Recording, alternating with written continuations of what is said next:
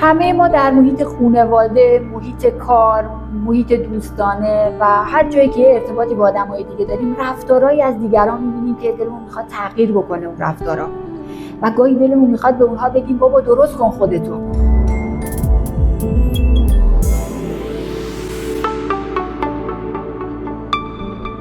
اگه از دیگران هم بپرسیم ممکنه همین نظر رو در مورد ما داشته باشن و دوستش باشن یه رفتارهایی در ما تغییر بکنه و به ما بگن بابا درست کن خودتو. در واقع ما میخوایم اونا رو درست کنیم، اونا میخوان ما رو درست کنن، ما به اونا ایراد میگیریم، اونا به ما ایراد میگیرن و در واقع ما به اونها انتقاد میکنیم، اونها به ما انتقاد میکنن، اما به نتیجه نمیرسیم. ممکنه سالها باشه که با هم در کشمکش هستیم سر تغییر یه سری رفتارها در همدیگه، اما هیچی عوض نشده و ما با هم فرمون داریم پیش میریم و تغییری در هیچ کدوم از طرفین اتفاق نمیفته. چرا؟ حتی ما حال بدشو میبینیم، حالمون بده از این که رفتارهای همدیگه داره در واقع اذیتمون میکنه و تغییری در رفتارهامون ایجاد نمیشه. ولی چرا تغییر نمیکنه؟ میخوام یک سری عوامل رو بهتون بگم که نقش خیلی مهمی داره توی تغییر نکردن رفتارها. مورد اول اینه که ما انتقاد میکنیم، اما انتقاد ما منجر به شرمنده شدن و تحقیر شدن نفر مقابل میشه. مثلا فکر کنید از این کلمات استفاده کنیم: احمق، بی‌عرضه، دست و پا چلفتی. این کلمات و بار منفی که همراه اونها هست باعث میشه که انتقاد به سرعت رد بشه و رفتار تغییر نکنه. مورد بعدی استفاده از جملات سرزنش‌آمیزه. تو هیچ کاری رو بلد نیستی انجام بدی، تو عرضه انجام کاری رو نداری، هرچی بهت میسپارن خراب میکنی. این سرزنش‌ها باعث میشه که نهایتاً نفر مقابل بتونه فقط از خودش دفاع بکنه ولی منجر به تغییر نخواهد شد. گاهی حتی از پرسش‌های سرزنش‌آمیز استفاده میکنیم: این یه کارم بلد نبودی انجام بدی؟ من باید همه چیزو به تو بگم؟ یه بار نمیتونی درست رفتار بکنی؟ این پرسش‌های سرزنش‌آمیز هم نتیجه جز رد انتقاد و تغییر نکردن رفتار نخواهد داد. گاهی وقتا انتقاد می‌کنیم ولی راه حل ارائه نمیدیم. میگیم چرا این رفتار رو انجام دادی؟ خب به جاش بعد چه رفتاری انجام میداد؟ چرا اونو بهش نمیگیم؟ چرا این کارو کردی؟ به جاش بعد چه کاری می‌کرد؟ اونو بهش نمیگیم. البته گاهی اوقات هم ممکنه راه حل ارائه بدیم ولی مبهمه، روشن نیست. مثلا میگیم که نباید این حرفو میزدی، بعد یه چیز دیگه میگفتی، ولی بازم نمیگیم چه چیز دیگه، یعنی میگیم یه چیز دیگه اما چیشو نمیگیم.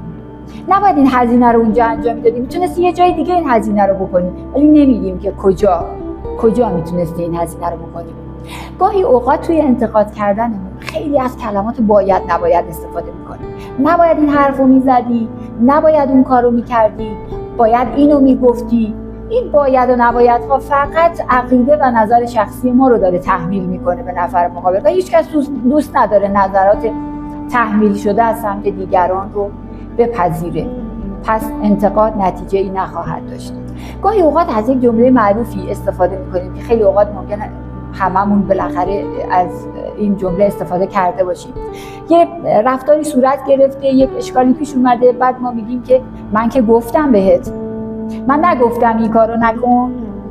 ممکنه حالا قبلش هم بهش گفته باشیم ولی به هر حال الان دیگه اون اتفاق افتاده، اون رفتار صورت گرفته و گفتن این جمله توسط ما فقط باعث تکرار خواسته یا ناخواسته اون رفتار میشه، کمکی به اون شخص نمیکنه و باعث تغییر رفتارش هم نمیشه.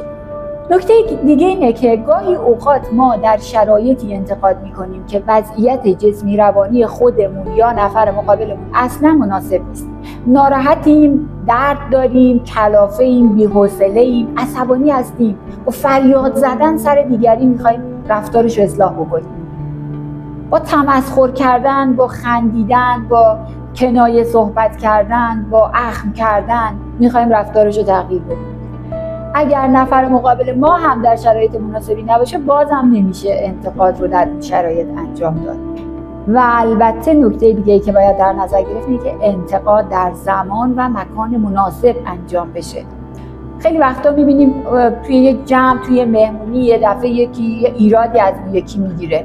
نهایتاً اون یکی دیگه اگه حالا مقابله به مثلم نکنه، نهایتاً میخواد یه جمله بهش بگه شبیه این که ول کن، بی خیال، اینقدر گیر نده. پس نتیجه‌ای نداره. در حضور دیگران در شرایط زمانی و مکانی نامناسب انتقاد کردن 100% نتیجه منفی خواهد داد. و نکته دیگه استفاده از تهدید و التیماتوم و اتمام حجته. اگر این کارو نکنی اون کارو میکنم، این کارو بکن وگرنه اون کارو میکنم. بازم همه ما این تجربه رو داریم. از این جملات استفاده کردیم. آیا منجر به تغییر در نفر مقابلمون شده؟ آیا تهدیدهای ما تأثیری در تغییر رفتارمون داشته؟ از خودمون رو خسته نکنیم. از این روش به نتیجه این نمیرسیم. و نکته آخر این که سوال میکنم ازتون، اگر خواستید از کسی دیگه ای انتقاد بکنید، آیا بلافاصله انتقاد رو مطرح میکنید یا فکر میکنید که اصلا انتقاد بهش وارد هست یا نه؟ و اگر انتقاد بهش وارد هست، اگر من بودم دوست داشتم چطوری اون انتقاد رو به من وارد بکنن و انتقادشون رو چطور مطرح بکنن؟ لطفاً به این سوال فکر کنید و جواباتون رو برامون کامنت کنید و در ویدیوی بعدی منتظر باشید که با روش‌های انتقاد درست و سازنده در خدمت شما خواهیم.